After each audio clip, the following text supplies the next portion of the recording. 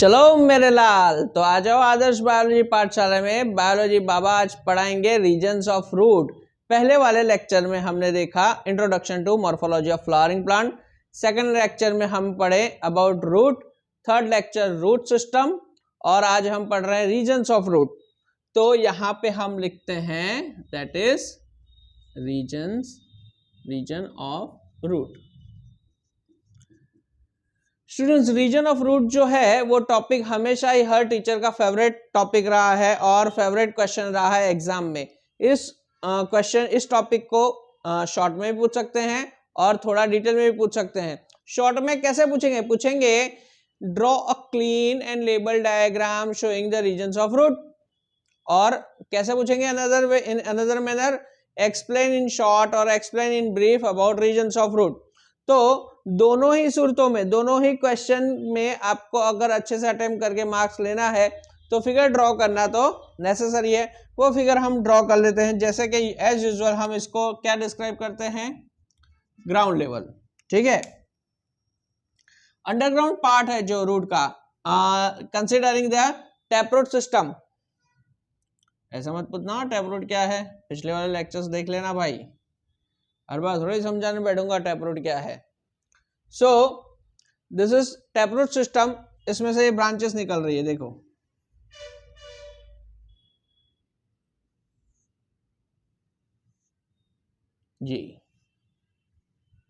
ये तो ये जो टैपरूट सिस्टम है, रेडिकल है, प्राइमरी ब्रांच है, उसको हम 4 पार्ट्स में डिवाइड करेंगे। फर्स्ट वन, सेकंड वन, ये थर्ड वन, और यहाँ पे कुछ ऐसा स्ट्रक्चर ड्रॉ करेंगे। ठीक है,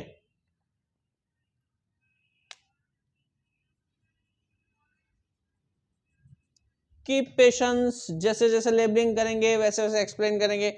लेकिन सॉरी, कुछ बातें हम डिस्कस कर लें।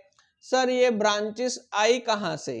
ठीक है, तो एक नीट में क्वेश्चन पूछा गया था, name the tissue from which the branches arises from the taproot system.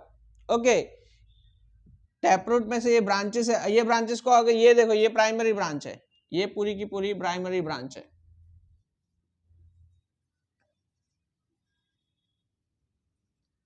ये वाली होगी सेकेंडरी, ये होगी टर्शरी। तो क्वेश्चन था from which tissue the secondary and tertiary branches arises in case of root, तो उसका आंसर आएगा पेरिसाइकल। तो यहां पे हम नोट करके लिखेंगे। नेक्स्ट चैप्टर जो है एनाटॉमी ऑफ फ्लावरिंग प्लांट, उसमें ये सारे टिश्यूज आपको डिटेल में पढ़ने हैं। TS of root, TS of stem, TS of leaf, तो उसमें आएगा पेरिसाइकल। तो यहां तो अभी फिलहाल लिख लेते हैं the branches of root arises from pericycle. ठीक है, और from the for our information for knowledge लिखेंगे क्लोरोफिल इज एब्सेंट। नोट लिखा है यानी कुछ इंफॉर्मेशन तो लिखेंगे। Chlorophyll is absent in root. और क्या है, और भी इंफॉर्मेशन अगर लिखना चाहे तो लिखेंगे notes and internotes are also absent. Notes and internotes are also absent. अच्छा, आ जाते हैं अपने टॉपिक पे कि ये प्राइमरी ब्रांच रहेगा, ये सेकेंडरी रहेगा, ये टर्शरी, और ये जो रीजन्स जो है उसे ये वाला रीजन है, ये वाला which is very close to और नेक्स्ट टू ग्राउंड लेवल, उसे हम कहेंगे region of maturation. Region of maturation. उसके बाद वाला ये वाला रीजन है, ये वाला, उसे हम कहेंगे रीजन ऑफ इलोंगेशन।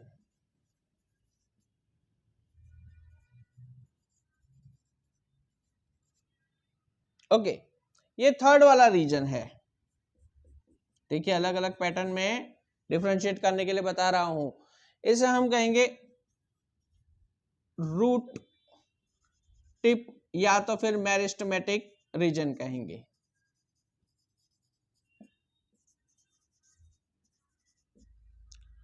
अब इसका कंसेप्ट समझिए कि जैसे कि हम यहां पर डिस्कस कर रहे हैं कि ये जो रीजन ऑफ मैच्योरेशन है, तो जब रूट प्राइमरी रूट ग्रो होना शुरू हुई होगी तब ये वाला रीजन पहले आया होगा। जैसे जैसे यहाँ पे सेल डिवीजन होता है वैसे वैसे इसका ग्रोथ नीचे की तरफ हो रहा है और ये जो रीजन है वो पुराना होता जा रहा है, उसमें फर्दर ग्रोथ कैपेसिटी या तो फिर सेल डिवीजन खत्म होता जा रहा है। इसके लिए हम इसे कहेंगे region of maturation.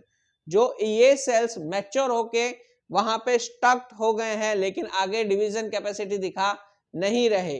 Region of elongation, यहाँ के जो सेल्स हैं वो फर्दर डिवाइड कर रहे हैं, डिवीजन का फंक्शन परफॉर्म कर रहे हैं और नीचे की तरफ ग्रो हो रहे हैं, और उसके बाद का जो ग्रोइंग एंड है ये है रूट टिप।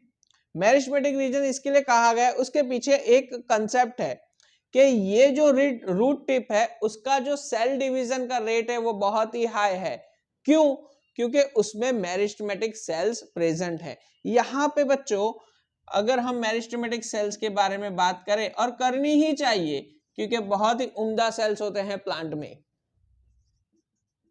बहुत मजा आएगा नेक्स्ट चैप्टर में एनाटॉमी, क्योंकि मेरिस्टेमेटिक टिश्यू ही मेन हीरो होता है। सारे के सारे प्लांट्स में जितने सारे टिश्यूज होते हैं उसमें मेन हीरो होता है मेरिस्टेमेटिक टिश्यू।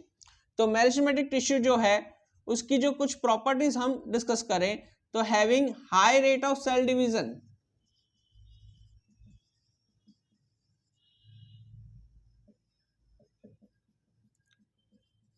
क्यों? Because it has dense cytoplasm, it has dense cytoplasm. अच्छा सर, आपने प्राइमरी ब्रांच बताया, सेकेंडरी बताया, टर्शरी बताया, रीजन ऑफ मैच्योरेशन बताया, रीजन ऑफ इलोंगेशन बताया, रूट टिप और मेरिस्टेमेटिक रीजन अपना हीरो वो भी बता दिया। What is this? What is this? This is root cap.